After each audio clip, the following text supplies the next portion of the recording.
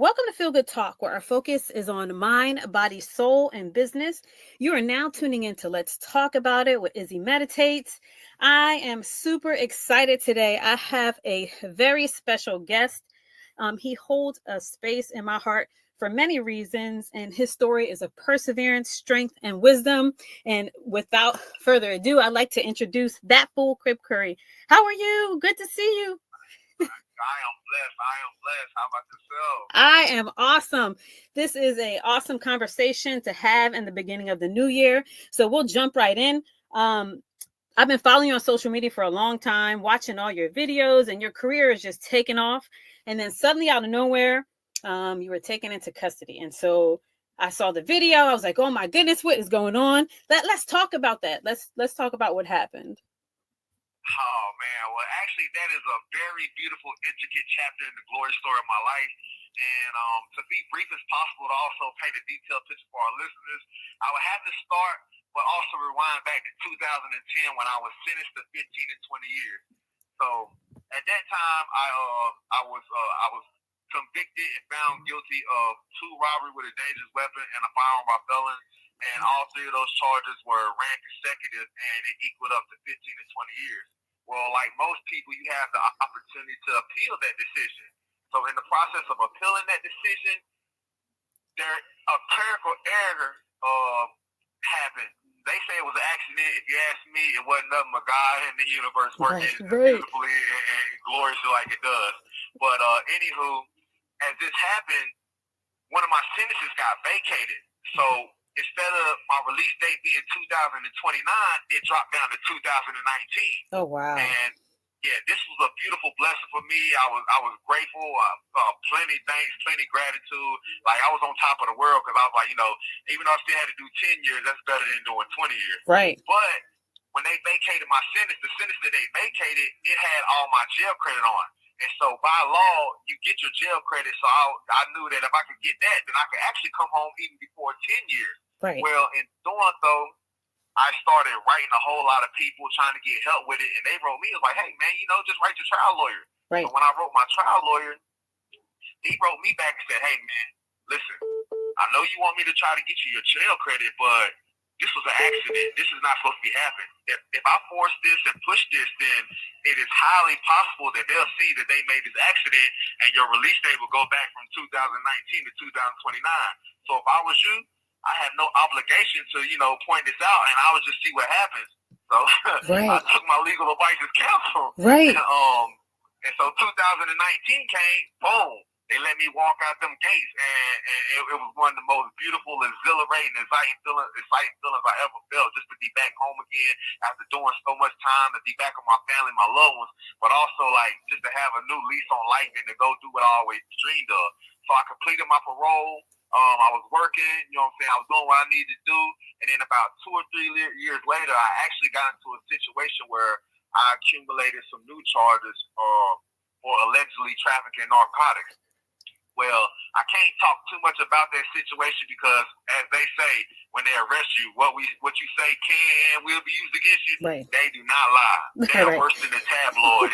They will literally take the piece they want out your sentence and then run with that and try to fry you like grease in a pan. But anywho, so when I get locked up, my lawyer comes to see me and he says, hey man, I see you got these new charges. I know we don't have the motion of discovery and whatnot, but from what I see, man, I really feel like you can beat this case and you shouldn't be too much worried about it. But on the other hand, were you supposed to be in prison serving 20 years? Right. And so as soon as he said that, man, I ain't gonna front. I looked down and started shaking my head like, dang. Right. So, he said, well, apparently the DA looked at your file and they found this and they're all ready to make a deal with you. So I'm like, what you mean? He said, well, if you they already contacted the county that this happened in, and when you go there, they're gonna put the 10 years back on you. But if you go ahead and plead to this deal, they'll take the new charges you got and run them together with it and give you another 10 years and give you 10 years. So you'll just have to do 10 years. Well, being in the system and knowing the system, and not even being in superior, knowing that they're really ready to offer a deal like that, I knew that their evidence was weak. I knew it wasn't a strong case, and I knew that definitely showed me that I could beat the case. But the thing that was really on my mind was I was already sentenced to that, you know, that 20 years, and I would have to go back and do that 10 years. Right. And as soon as I go see the judge, he was going to put that time back on me. Right. Well, I started contacting my family. I started letting them know, like, listen, man, this is what they're going to do. This is what's going to happen. There's pretty much no way around it. Man, I got to get out. You know, I got to go. And so I had a $350,000 bond. I posted bond, and I came home. And, you know, it was a weird situation because I literally came home a week before I would have to go to court for this and get it fixed. So it was like, dang, do I throw away all that money, or do I try to live my best life in a week, or what? So, you know, my mind went back to what it knew. Run. Ever since I was in group homes and foster homes growing up, I always ran, and like it was a survival skill. That's what I always known. So my mind went back to a survival instinct. So I ain't gonna front. I wanted to go out the country and try my luck at that or whatever. I didn't care anything to just not go back to prison. But for me, if I was to run away and go outside the country, that would be worse than me being locked up because my passion is music. Right. You know what I mean? Right. And my passion is living life to the full. So if I couldn't do what I love and live the life the way I love to live it, to me, that would be just like being in a box. So I was like, you know what? I'm going to just get low, and I'm going to think about it and try to look at my options. So I was in this small country town on the run, and it just so happened to have a park next door to it and a nice wood scenery, and I would just go out there every day. I would meditate. I would pray. I would talk to God, talk to myself, and just reflect and stuff like that. And I'll never forget, clear as day, I heard a voice say, hey, chase your dreams, but just do right. Chase your dreams, but just do right. As soon as I got back to where I was hiding out at, my mama called and she said, hey, baby, man, God just spoke to me, told me to talk to you. He told me to tell you that he said, just do right. So I ain't gonna front. Now I'm like, hold up. Right. Mom wasn't there when I had this conversation with God. I just got some confirmation. And so now I'm really thinking about this. So I'm like, okay, he said, chase your dreams and do right. So I'm like, man, I don't even know. All I know is after that, the universe just started twisting and turning and working. Right. So, I actually, you know, when you're on the run, you ain't supposed to be posting on Instagram, social media, Facebook, none of that.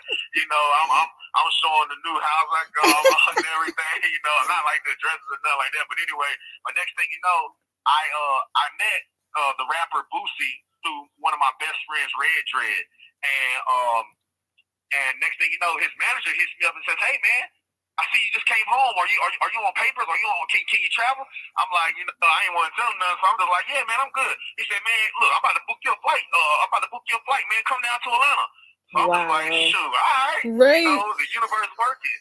Right. And so, yeah, so I get down there, and it was the most beautiful experience I ever had. So inspiring because, like, you know, I met rappers before. I've been around rappers. I actually was before I got caught these charges, I was getting ready to sign a record deal, and I only lost that deal because I caught these charges, and ain't nobody want to put money into a artist that, you know, got new charges that they're dealing with. And so, but anyway, when I get down there, man, you know that, like, everybody know, like, you could be famous, you could be an actor, you could be a rapper, you could be whatever, because we see all this on TV. But it's different when you're living that lifestyle or you're around that lifestyle for real, and it really becomes real to you. Right. So I believe the universe wanted to show me that this is a real thing, and this can be real, and it is real. And I spent the whole weekend with Boosie and his manager just, like, club hopping, watching him, you know, get paid for shows, living his lifestyle. And I was just like, man, this is what I dreamed of. This is it. Like, I was doing shows and stuff like that, but he was really doing it. And so it became so real to me that, you know, I got on the plane, they flew me back, you know what I'm saying? And as soon as I got back, once again, I heard a voice clear as day. It said, go back to Atlanta. I was like, huh? It said, go back to Atlanta. And so I'll never forget, because I had $300 in my pocket. Right. And I bought a plane ticket, and it was like $200. And I went down there with 2 outfits, 2 pair of shoes. And the next thing you know, I went to one event, I would network, and it would turn me on to another event. Man, I did all the open mics, and I just kept working and grinding. But I literally watched the universe make it absolutely easy peasy lemon squeezy for me. Like, all I did was do right, put my good foot forward, and just, you know, just believe and chase my dreams. And so next thing you know, I just started blowing up. I got invited to be on a reality show. Like I said, I'm doing shows, I'm doing club promotions, I'm modeling, I'm making all this money doing promotion. man, everything is going beautiful. Like I said, honestly, I'm just living my dreams, and it's just I'm watching it grow and get bigger and bigger. I began to be co-hosts on other people's podcasts. I went from being interviewed to being a co-host. Like everything was just, man, it was like a snowball effect, but instead of going down, it was going up, and it was just getting bigger and bigger and bigger, reaching the top. Well, as things begin to get glorious, I just got done doing a show in Texas, and on the way back, I get a phone call. And this guy, you know, it's an old friend of mine that I haven't talked to in a long, probably like 10 years. Oh, wow. He messages me like a FaceTime message, and I'm like, yo, so I'm like, hey, man, what's up? He's like, yo, man, the bounty hunters, they're riding all through the neighborhood. They're looking for you. They're showing you pictures. They know these people. They know these people, da-da-da. They offered everybody $3,000 just to tell where you at. Oh, wow. You know what I'm saying? So I was like, no, I appreciate it. All right, when I hung up the phone, my heart dropped down to my stomach because I just know, like, he's riding through the hood offering people $3,000. I've been on Facebook posting every show.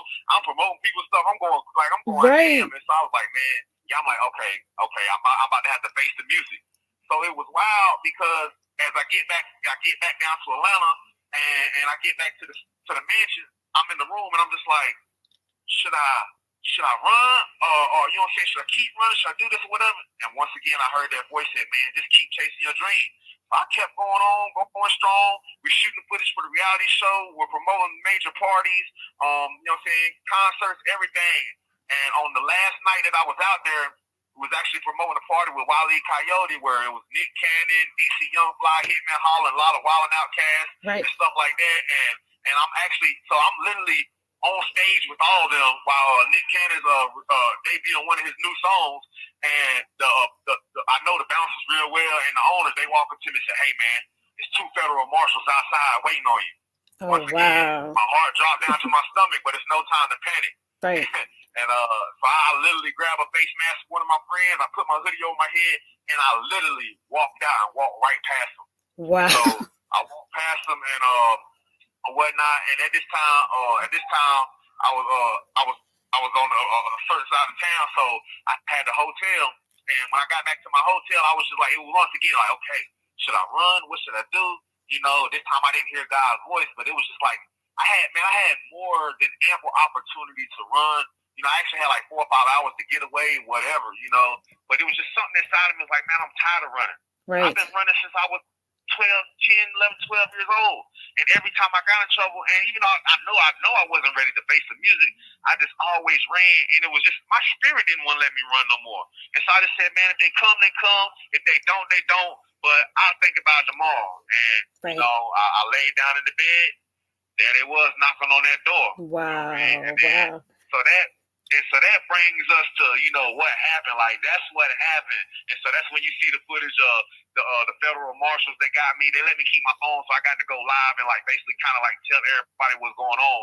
And that was crazy because for the first time, I never, you know what I'm saying, like, nobody, there was only one person that knew I was on the run, you know what I'm saying, 1 or 2 people that knew, and they were very, very close family members. Other than that, like, nobody knew. You know what I mean? So, like, everybody was like, what's going on? Like, yeah, I see you blowing up. I see you doing this and I see you doing that. And then, like, I could never tell nobody. You know what I mean? And so that was my opportunity to tell everybody. This is like an interesting story. Completely wild. Yeah, it's like, that's the short version of it.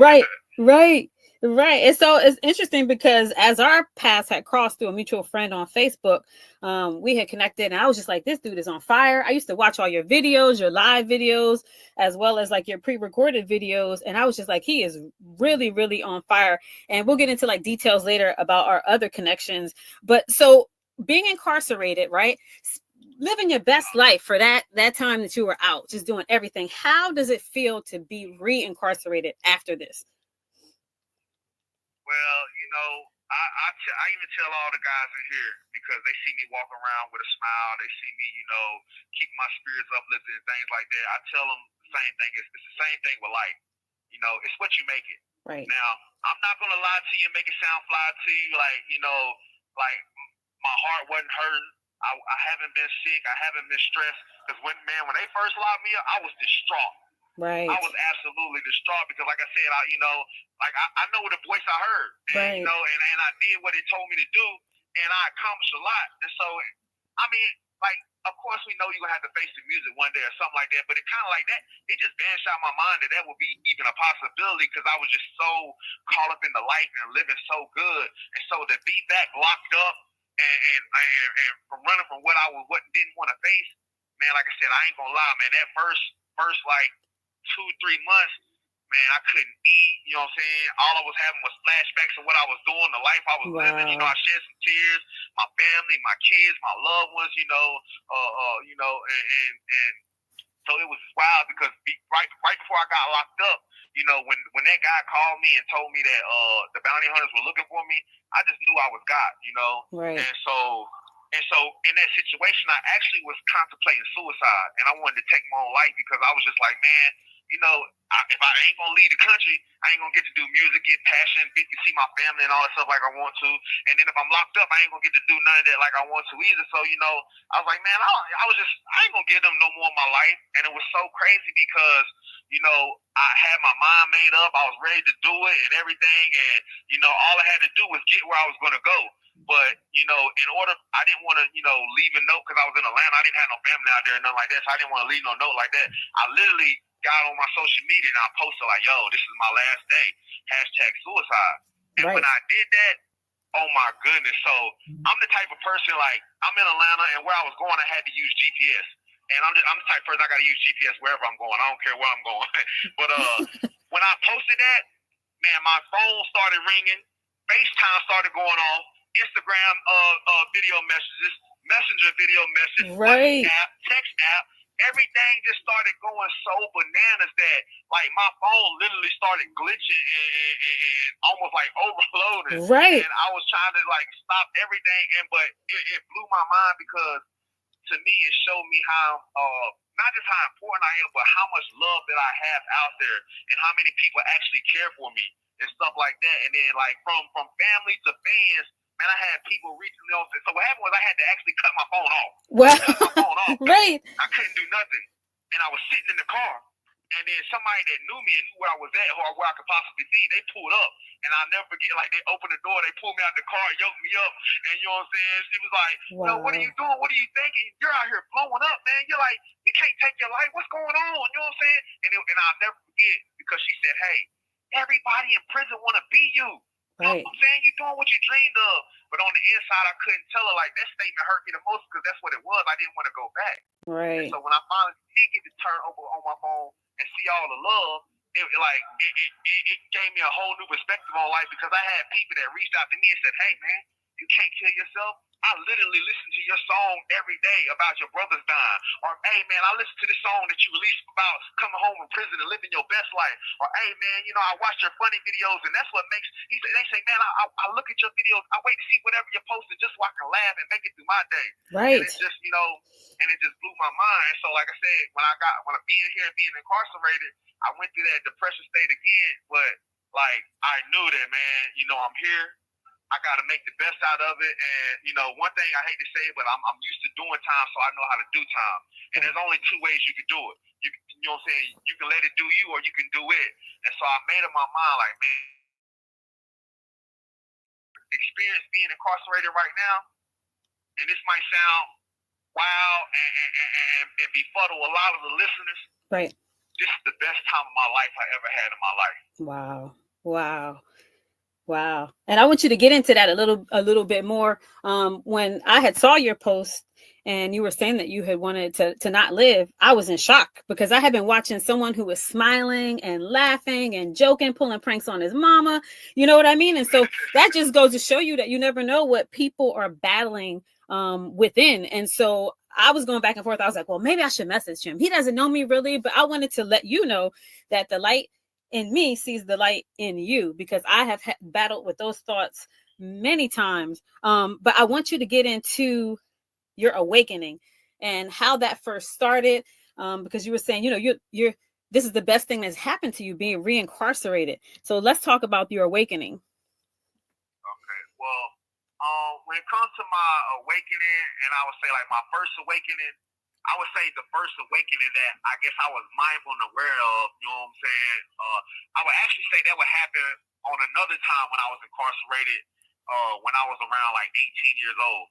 And so what happened was, I grew up in, we went to church on, like Easter, Christmas, Right. and, they probably sent us to church to Sunday school to get us out the house and stuff like that. My grandma was in the church, so when I used to go spend time with her, we would go to church, but I didn't really know what was going on. But so when I got locked up, I knew I needed help. And so, Right. I turned into God, you feel me? So I started getting into the Bible and I started studying, and they would have these volunteers that come in and they would like help us learn the Bible and stuff like that and teach us what they know.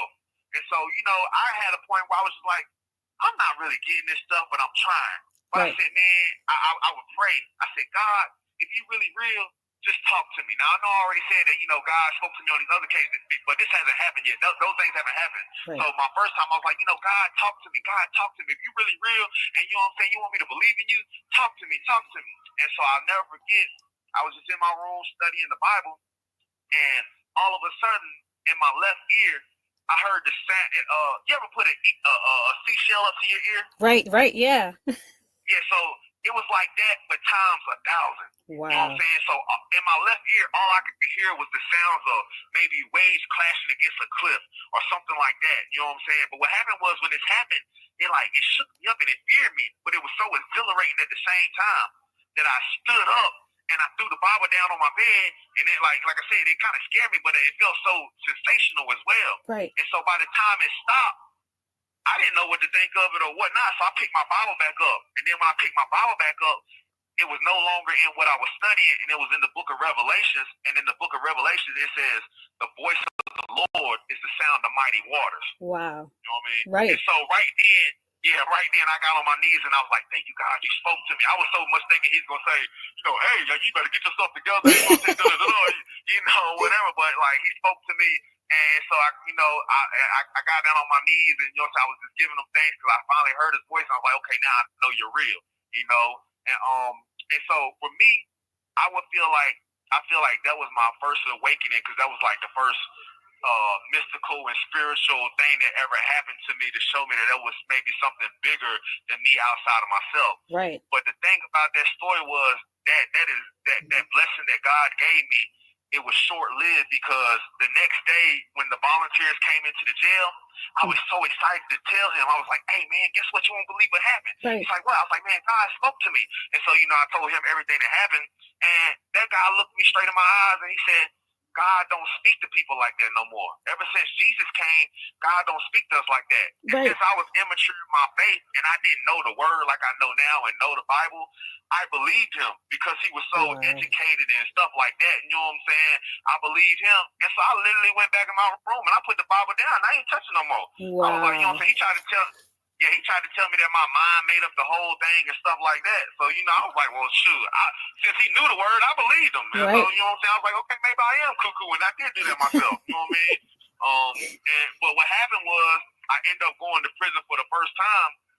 And in prison, anybody that knows anything about prison, they have a lot of organizations for religion. So, at that time, I knew some Muslims, but I didn't really know too much. So when I got to prison, I actually started practicing Islam and became a Muslim, you know what I'm saying? And I would pray 5 times a day, and I would, try to get on my deen and do right and all that stuff. A lot of stuff was the same stuff in the Bible, just do good, be good, stuff like that, And then, like when I was praying, the stuff I was praying for, I was getting it. So I was like, okay, maybe this is God. You know what I'm saying?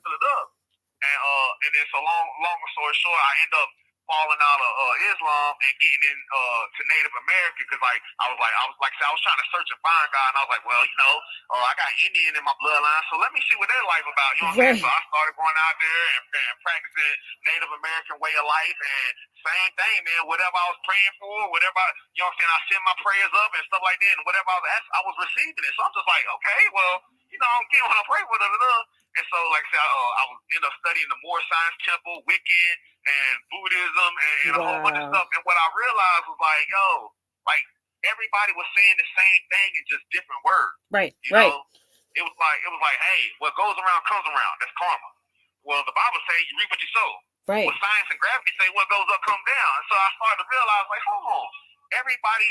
To it seemed like 92% of everybody was really saying the same thing, only a few different discrepancies. But what I realized, whatever I believed in, and whatever I put my heart and trust in, like I was getting the results that came with that believing in that trust and that faith.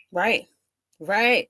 And I feel like it's important to expand and learn all of these different types of systems because they all come together, like you said. So my next question to you is, what spiritual laws keep your gears in motion? What do you practice to keep your head up and everything?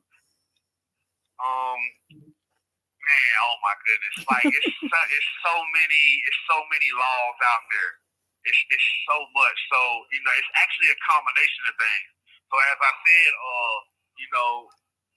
I studied a lot, I've seen a lot, and everybody pretty much say the same thing. You know what I'm saying, in different words. But when it comes to the laws, I would think my first law that I probably follow wholeheartedly comes out of the Bible, and it's actually Matthew 6:33, and it says, "Seek first the kingdom of God and His righteousness, and all these things will be added unto you." Right. And for me, I also know from the Bible it says, "Hey, lo here, lo there, the kingdom of God is within you." And so for me, I personally, I seek, my spirit and illuminating my spirit and always keeping my spirit in check and where it's supposed to be. And that way, if I can do that, I can also do it for others. And so one of my major things is always making sure my spirit is on point and on check. But like, for example, I love the law of attraction. You know what I'm saying? Like the law of attraction, oh man, I love it. I don't even think I could live without it. You know what I'm saying? Like it is so beautiful, it's so glorious. But also, like I said, a lot of people don't know about the Kabbalion and Hermes Trismegistus and his 7 principles. But one of his principles is the law of correspondence, and it's as above, so below, as within, so without. And you have 1 minute remaining. I can't break all of them down, but that is one that I absolutely live by. But not only that, I live by the laws of nature. Right. I love to look out my window and see how the universe operates. From the solar system to the grass growing, trees growing. You look at nature, and man, you can learn so many truths that if you just sit there and listen, it will blow your mind like you lost your spine. Right. So we're going to continue this conversation. I have so many more questions and so many things that I'd like to get into. Just to keep in mind my next question to you, because when we met, we were both going through the same types of issues. And when I saw your page after you were put back in prison, I then saw the next video of you meditating. So I'd like for us to get into our next topic on our next interview. How has meditation contributed to your journey? So keep that in mind. Goodbye.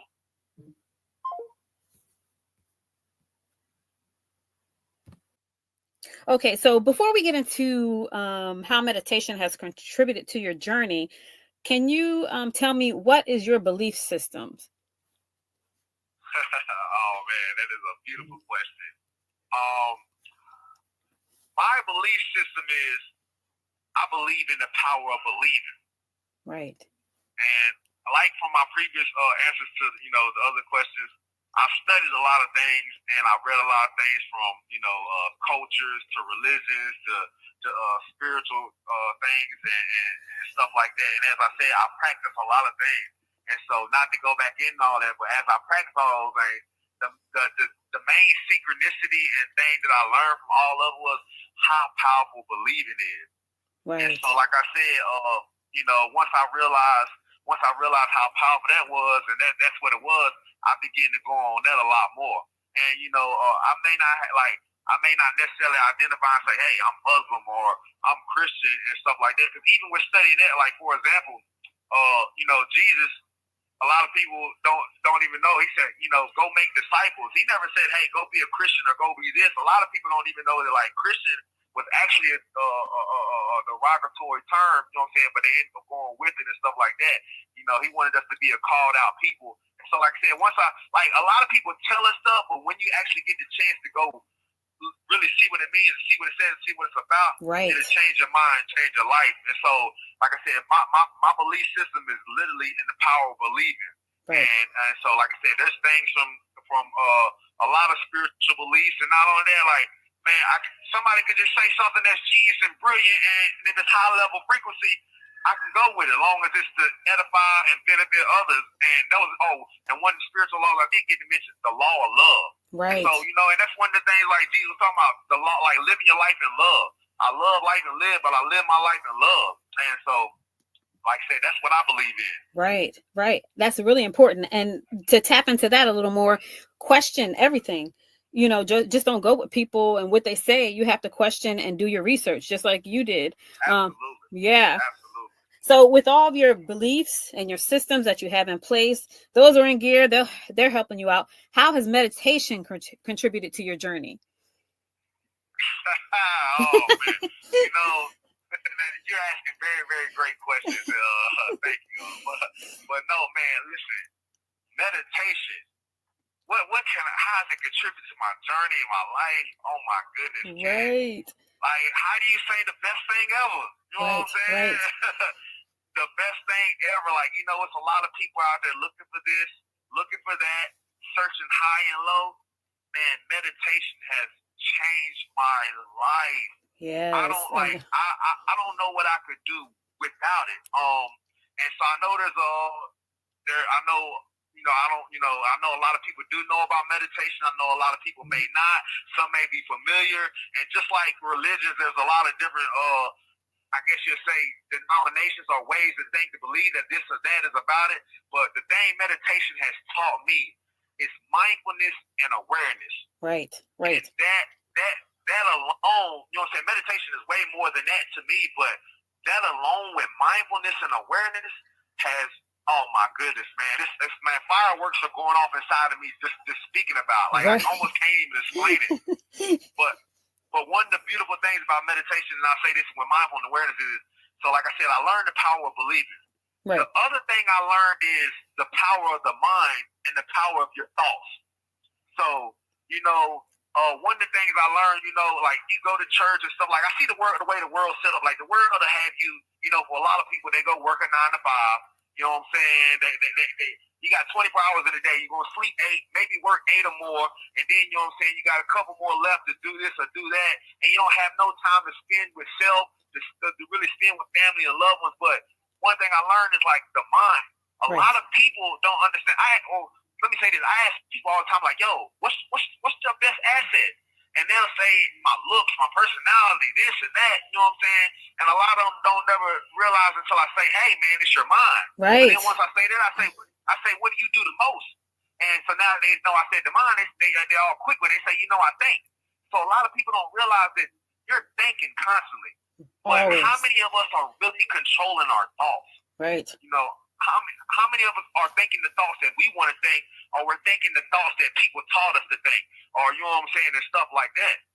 And so that's an even deeper thing. But meditation has taught me how to be mindful and aware, but also to gain control of my thoughts back. You know what I'm saying? Get my authority back. Environment is important. So if you grow up in a certain neighborhood or around certain people, we're sponges. We're going to soak it up. So a lot of times we do stuff without even knowing why we actually do it. Meditation has allowed me to not only dig deep within, but find out, why do I do certain things? Right. And is that really what I want to do? You know what I'm saying? Am I being passive or am I being active? And for a long time, I have to admit that I was passive. And so I had to get active and take back control. So the beautiful thing about being incarcerated this time is that is my whole sole purpose of being locked up right now. Right. And I'm not even locked up. Like for me, this is seminary.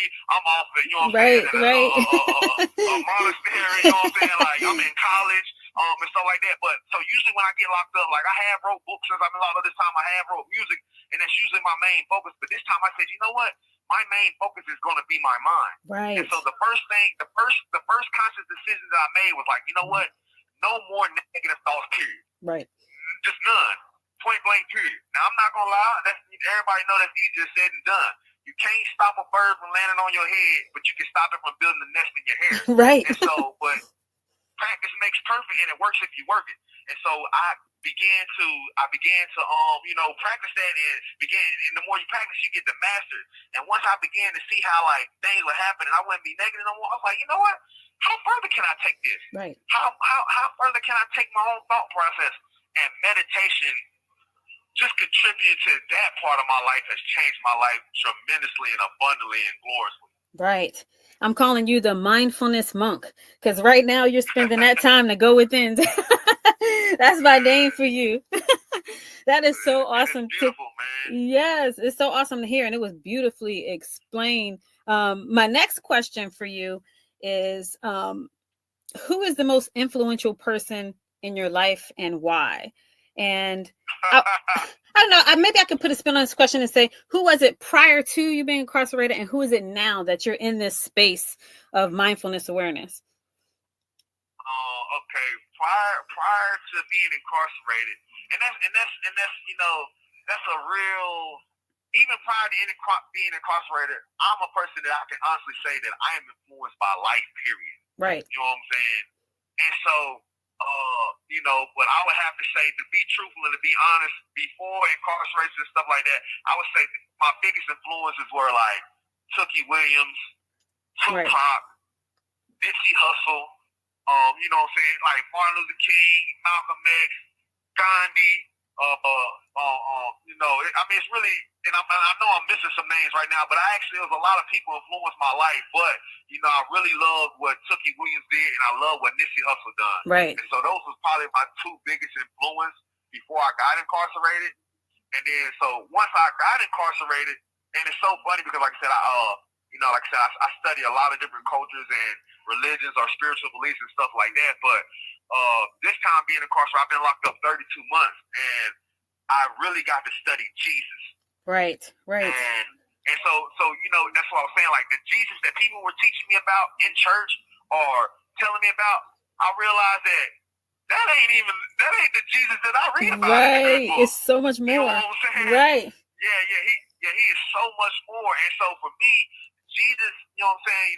Shout out my mama. She's so influential to me too. Hi, mama. But Jesus, man. So with him, like when I think about the most influential person in my life, I think about somebody that I want to be like, somebody I want to, imitate and emulate and do what they done and do what they did. So when I go back and study him, like I said, man, he stood up against the political people of his time. He was really a revolutionary. You know what I'm saying? Like everything that they know, he brought something totally different. Right. And you know what I'm saying? And when what he brought to bring different, it was also to set everybody free. Right. And it was also to heal people. It was also to help people. Like, the people in his time, the people that ran the synagogues and stuff like that, they wouldn't even come around the poor people. Right. They had a problem because they were like, hey, man, what are you doing with the tax collectors? What are you doing with these people?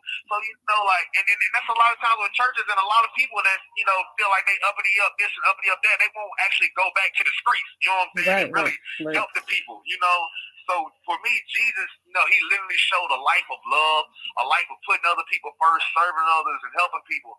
And so a lot of people, they actually, and it's kind of funny because a lot of people ask me like, yo, what was the secret to your success? And one of them was, love. Loving everybody and treating everybody like I want to be treated. And so, like studying him and emulating a lot of things that he spoke about and done, and just in this environment, I've actually watched my whole cell block change because of the energy I'm putting forth. Wow. And so it shows me how powerful his spirit is. And so that has to be the most influential person to me. Right. And that's beautiful. If I can heal people, yeah. If I can heal people, help people and set them free from bondage, I mean, what's better than that? Right. It's beautiful because you are practicing what is basically Christ consciousness, what is taking what is practiced and applying it to everyday life instead of, just reciting Bible verses and all these other quotes and things like that. You're taking it and putting that love of Jesus back out into the universe through practice. So that's beautiful. I like that. I love that. Now, this question right here, because we know the books. What's your go-to? We've written a lot. What's your go-to book when you need uplifting advice or any type of advice? And it's so unfair because, so this is one thing I believe, man. And I know I explain things as I explain things, but I want y'all to get into the divine mind of mine. Like when you ask me this question, I can't just pick one. I know, right? And that comes from being mindful and being where I don't come from. Like, this universe is abundant. Right. So one thing I've learned is I'm not gonna lack myself. I'm not gonna limit myself. You know, as what we know of God, what we know of energy, what we know of the spirit, it's unlimited. You know what I'm saying? Right. And so forgive me because that's the mindset I live, bro. So when you say what book, I can't even just pick a book, but I definitely, you know, I love the Bible. You know, and Right. it's so crazy because I never thought I would love it like I love it, you know. Right. And there's so many riches in there, so many jewels, there's so much wisdom, and that's the thing. So that's the thing, same thing about the word. Like, people will teach you their perception of the word, right. But when you actually get into the word and then you meditate on it, you ponder on it, you chew the cud and think about it over and over. What it may have said to you a year ago, man, a year down the line, like real jewels, they don't devalue, they go up. Right. And right. so that's what I find in the word and in the scriptures. You know what I'm saying? But I have to be real with you, man. You introduced me to the Secret by Rhonda Byrne. Yes. And, you know, that's based on the law of attraction. I use that book. I read that book at least once every night. At first, I read it like 18 times back to back.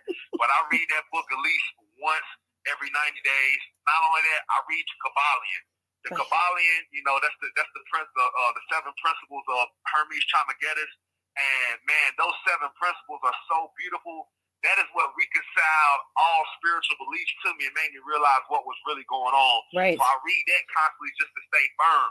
But I was, to be honest with you right now, the book I go to for uplifting advice, man, it would have to be Your Ultimate Calling, 365 ways to bring inspiration into your life by Dr. Wayne Dyer. Yes, I love Dr. Wayne. Yeah. So as I told you, like, I believe in the power of believing. I now know how important your thoughts are and what you're thinking. Right. And that book, every page is nothing but inspiration. So I feel like if I could just take that book and have that in my mind, I might just disappear right now. You know what I'm saying? So as in renewing my mind, every one of them quotes, they're nothing. It's nothing but high level frequency thoughts. All and so time. That book, I would have, to me, that book. And you know, the Bible, some people can be like, oh, well, it's out of dated and they may not be able to. That book right there is perfect for today. You know what I'm saying? And just uplifting your life. And so that's the book I use for uplifting all the time. But I will have to say, I have just been introduced to this book called Becoming Supernatural by Joe Dispenza. And I'm not even done with it yet, but every chapter, man, it's working wonders in my life, and I'm doing the practices in it, the meditations in it, and stuff like that. And man, it's got me on fire right now. Right. It's got me on fire. So, you know, like I said, I can't even be picky. Right. Being mindful and meditation, all of these things that you're putting into practice, along with reading the books and this awareness that you're coming to. This next question, I'm reading it and I'm just like, okay, so I want to say you are the most free person besides Ronald Sanford, who was incarcerated for 175 years. I think it was 175 they gave him, and they finally just released him. And he is free and you are free. So when I ask this question, when I say, what do you miss about being free? I mean, you are completely free in your mind, your soul, your thinking and everything. Free meaning not incarcerated, out in the world. So what do you miss about not being out in the world? You definitely rephrased that and corrected that very beautifully, because as I said, I ain't gonna front, and this may sound crazy to all the listeners, but I can truly admit right now, cross my heart, hope to die, this is the freest I ever been in my life. Right. You know, I like no mental bondage. You know what I'm saying? Man, no spiritual bondage. I am freer than a free bird. But what I miss most about, you know what I'm saying, like being on the outside, I miss, like, I don't think people really understand the opportunities they have available, you know what I'm saying, right there.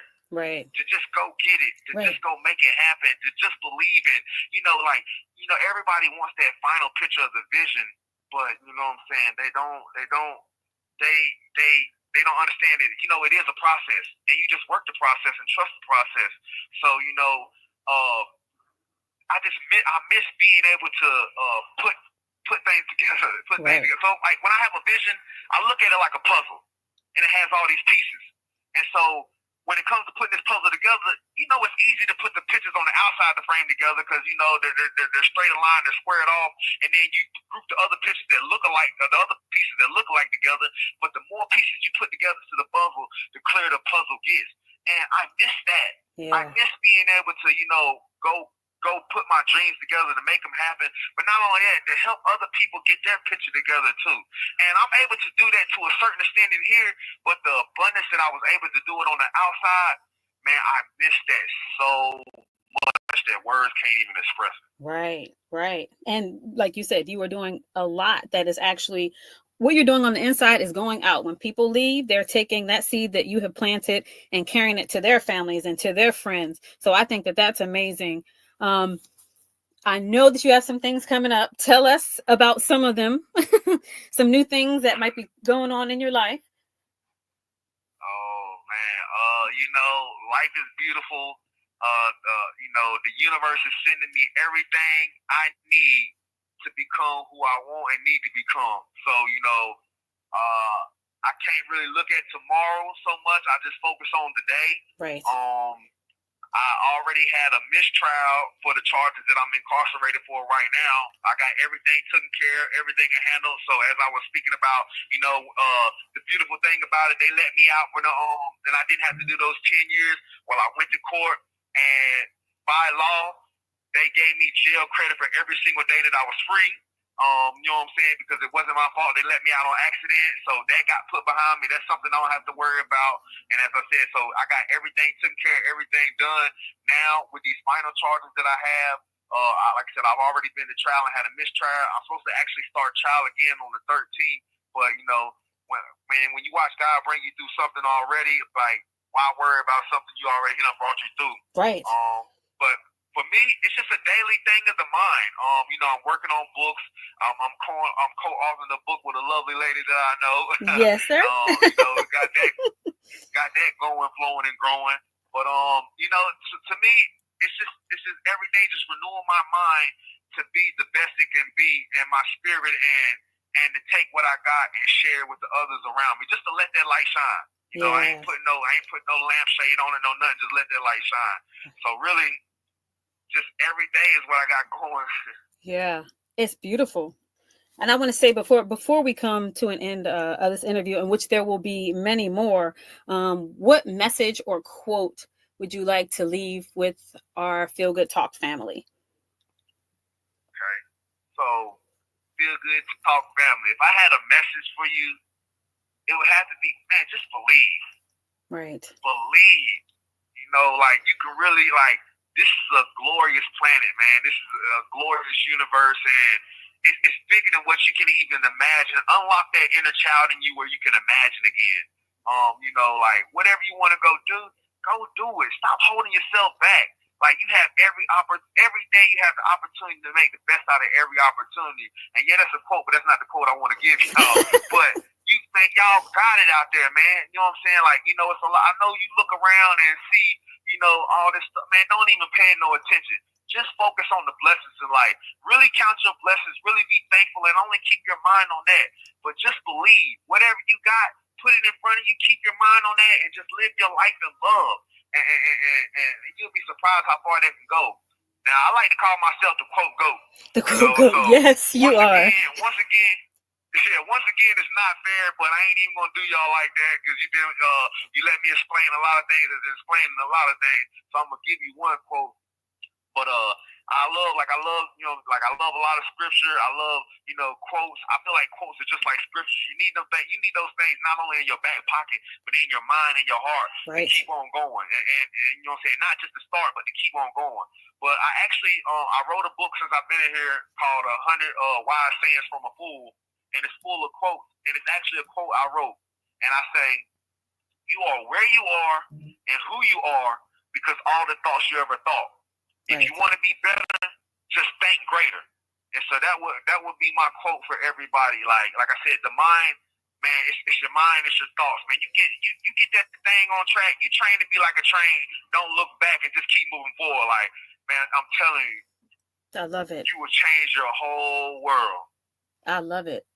And I want everyone to take that to heart. where can our Feel Good Talk family and beyond, how can they connect with you?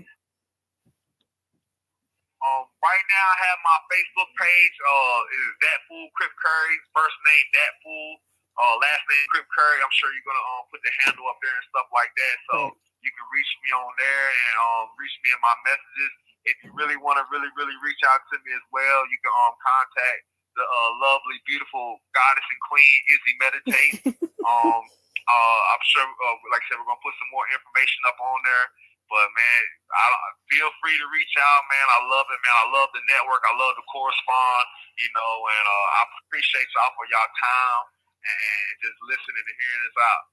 Absolutely. So I'll be sure to put all this information inside the post. That way you can reach out and support Dat Fool Crip Curry. And I want to say thank you for coming on today. I want to say you're a beautiful soul and you're doing so many awesome things out in the universe. These seeds that you are planting are amazing. I love this. I'm looking forward to new things that are coming out for you. And we shall talk again. This is good. This is just part of a conversation. We will have more. Thank you. Y'all be blessed and have a glorious day. Thank you. We'll talk soon.